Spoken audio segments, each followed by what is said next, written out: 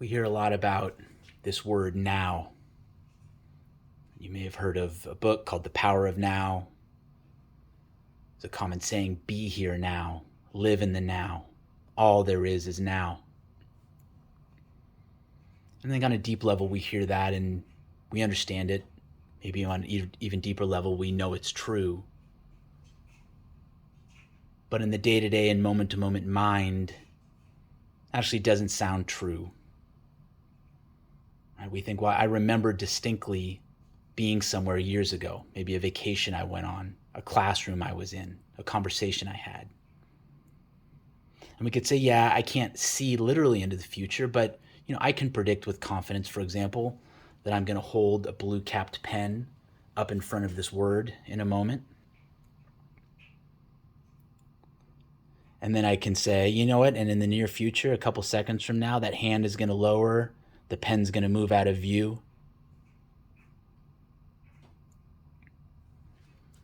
And so we say, yeah, there's now, right, kind of this ever-fleeting present moment, but isn't there also then, right, the then of the past, right, the then of the future we can anticipate?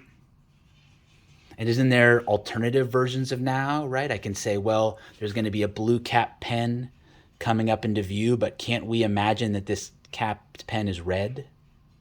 Or that it's upside down or sideways? Or that there are three pens? And what I invite you to do is to recognize that all this time I've been talking, right, during all of this blah, blah, blah,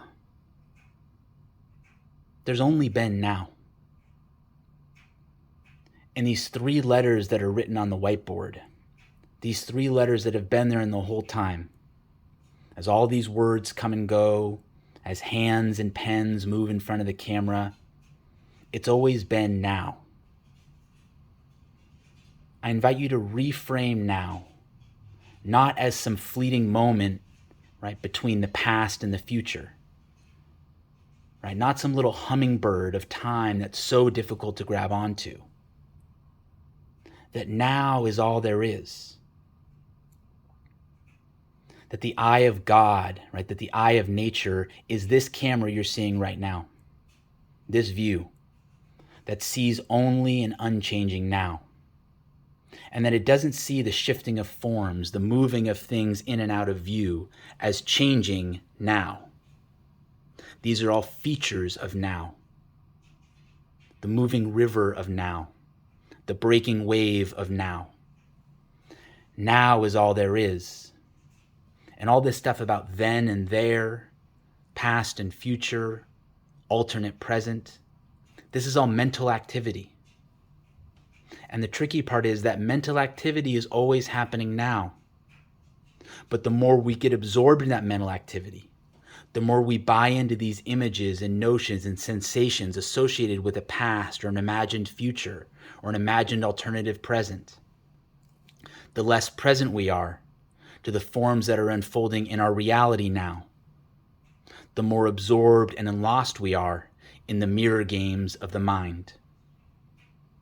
If you're feeling stuck, if you're feeling lost, if you're feeling turned around, ask, am I engaging the real now? Or am I losing the real now to some trick or tunnel of the imagination?